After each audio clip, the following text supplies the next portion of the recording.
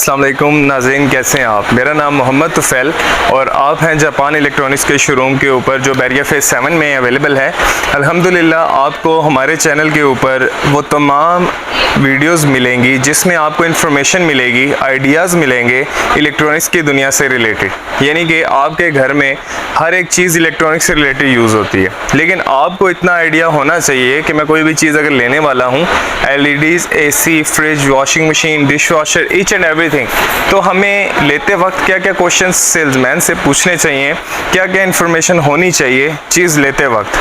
ये तो सबको पता होता है, AC है, वॉशिंग मशीन है, LED है, लेकिन उसके अंदर फ्यूचर्स उसके क्या क्या हैं ये आपको कोई गाइड नहीं करता। आइए नाजरीन, आज इन्फॉर्मेशन की तरफ चलते हैं। अपना फर्स्ट सेक्शन स्टार्ट करते हैं। AC से हम स्टार्ट करेंगे, स्टेप बाय स्टेप आपको सारी चीज़ों के बारे में आइडियाज़ देंगे, क्योंकि AC सीज़न के हिसाब से इन डेट्स में कस्टमर ज़्यादातर ACs की तरफ जा रहे हैं, तो हम ACs की इन्फॉर्मेशन की तरफ आपको लेके आते हैं।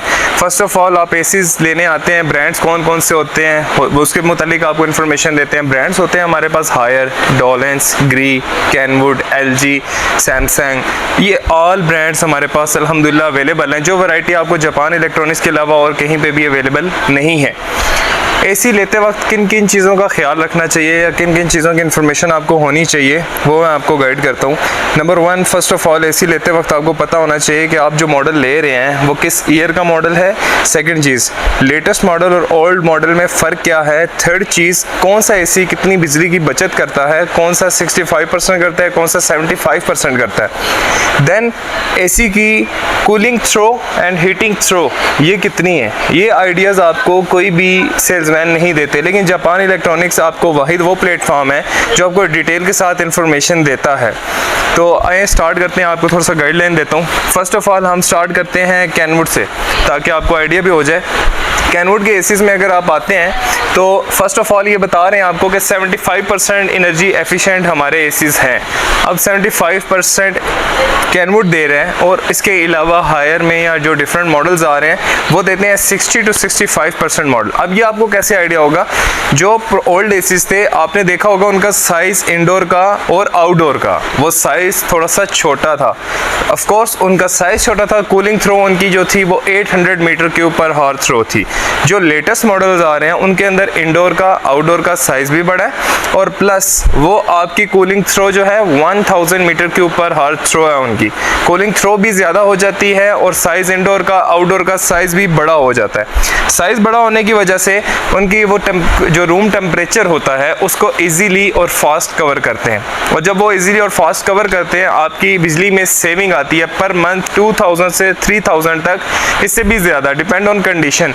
आप रूम का डोर ओपन रखते हैं, क्लोज रखते हैं और AC को बार बार चलाते हैं, कम चलाते हैं। इन्वर्टर को हमेशा जितना ज़्यादा चलाएंगे आपका इतना कम बिल आएगा। इन्वर्टर को बार बार ऑन ऑफ नहीं करना चाहिए। ये टिप्स होती हैं आपको सेविंग मोड कैसे मेंटेन करना है।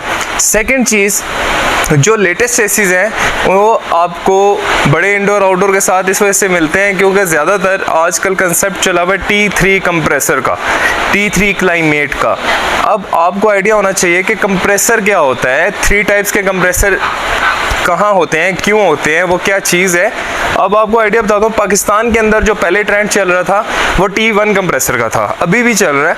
उसके बाद T2, फिर T3, अभी जो मेन चल रहा है वो T1 और T3 चल रहा है। T1 कंप्रेसर बेसिकली उस क्लाइमेट के लिए डिज़ाइन किया गया है जैसे कि पाकिस्तान, हमारे पास टेम्परेचर मैक्सिमम 30 से स्टार्ट होता है और 46-47 से अबव नहीं जाता, और इसीलिए पिंडी इस्लामाबाद के वेदर के हिसाब से T1 कंप्रेसर स्टार्ट किया गया। T1 कंप्रेसर के अंदर आपको जो टेम्परेचर मिलता है वो इजीली मेंटेन कर सकता है क्योंकि वो डिज़ाइन होता है 50 डिग्री सेंटीग्रेड के ऊपर या 55, तो so that's why T1 compressor Pindi Islamabad के लिए तो बहुत अच्छा है। लेकिन फ़र्ज़ करें आजकल जो वेदर की कंडीशन जा रही है डे बाई डे अब जा रही है, और गल्फ़ कंट्रीज़ में अगर आप देखें तो वहाँ पे तो ये AC नहीं चल सकते, इसलिए T3 कंप्रेसर इंट्रोड्यूस करवाया गया जो आपके गल्फ़ कंट्रीज़ में यूज़ होता है।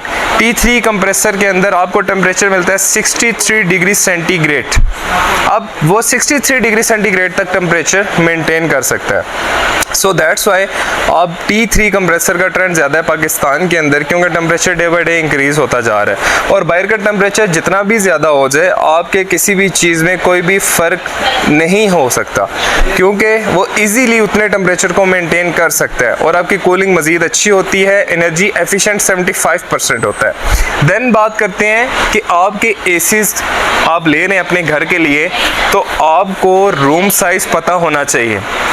आपके घर का या कमरे में जिस लगाना है उस कमरे का रूम साइज़ पता होना चाहिए। वो आपको सेल्समैन को बताएं, ताकि सेल्समैन आपको गाइड कर सके कि आपका 1 टन का लगेगा, 1.5 टन का लगेगा या 2 टन का लगेगा। 1 टन का, 1.5 टन का, 2 टन का ये बताना क्यों ज़रूरी है? अक्सर औकात आप एसी तो लगा लेते हैं, लेकिन आपके बिल में बचत नहीं आती। क्यों नहीं आती? क्योंकि आपका रूम साइज़ बड़ा होता है, एसी आपका छोटा होता है। यानी कि रूम साइज़ की क्वांटिटी है 2 टन की, आपने लगाया हुआ है 1 टन, वहाँ पे आपकी कभी भी सेविंग नहीं कर सकेगा वो एसी, क्योंकि वो उसकी कैपेसिटी से ज़्यादा है। सो दैट्स वाई, इसलिए आपने वो रूल्स रेगुलेशन के मुताबिक अपना आइडिया देना है, सेल्समैन को अपना बताना है हमारा ये रूम साइज़ है, ये बहुत ज़रूरी है। देन सेल्समैन आपको फार्मूलाज होते हैं हमारे, कैलकुलेशन करके आपको बताएगा कि सर कैसे होता है। अब मैं सिंपल, आप अपना कैलकुलेटर ओपन करें, मैं बताता हूँ। आपका रूम साइज़ है 10 बाय 10 का आप 10 मल्टीप्लाई बाई 10 करें, डिवाइडेड बाई 150 करें, आपके पास एवरेज आ जाएगी। वो आपके 1 टन में आ रही है। अगर आप 20 बाई 20 है, वो आपकी 1.5 से 2 टन में आ जाएगी। यानी कि आप अपनी मर्जी से, आपको ये टिप्स दे दी है ताकि आप खुद भी कैलकुलेशन करके देख सकें, आपको इशू ना हो कि आपकी रिक्वायरमेंट कितनी है।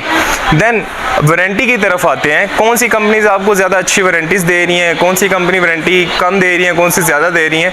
अब जैसे कि आप देख सकते हैं, हमारे पास आ जाता है हायर आपको इस टाइम 4 साल की पार्ट्स एंड पीसीबी कार्ड की वारंटी दे रहा है और 10 साल की कंप्रेसर की दे रहा है। ओरिएंट में आते हैं, ओरिएंट आपको 4 साल पीसीबी कार्ड यानी कि पार्ट्स और 10 साल के कंप्रेसर की वारंटी दे रहा है। देन आप ग्री में आते हैं, same 2 years parts warranty and 10 years compressor warranty. Then Kenwood में आते हैं, कैनवुड भी आपको 4 साल की पीसीबी कार्ड एंड पार्ट्स की वारंटी दे रहा है, 10 साल कंप्रेसर की दे रहा है। देन डोलेंस आपको वारंटी ज़्यादा दे रहा है, 4 साल की पार्ट्स और 12 साल की कंप्रेसर की, यानी कि 2 साल बाकी ब्रांड से ज़्यादा वारंटी दे रहा है। देन आप आ जाए, अब आपको मैं थोड़ा सा मेन चीज़ की तरफ लेके जाता हूँ। अब आपको ये एसीज कहीं भी नहीं मिलेंगे जो इम्पोर्टेड हैं, like Hitachi, like LG, like Bosch. ये वो एसीज हैं जो इम्पोर्टेड होते हैं, जिनकी कूलिंग हीटिंग बहुत ज़्यादा अच्छी होती है लाइक अदर ब्रांड्स अगर कंपेयर करें तो।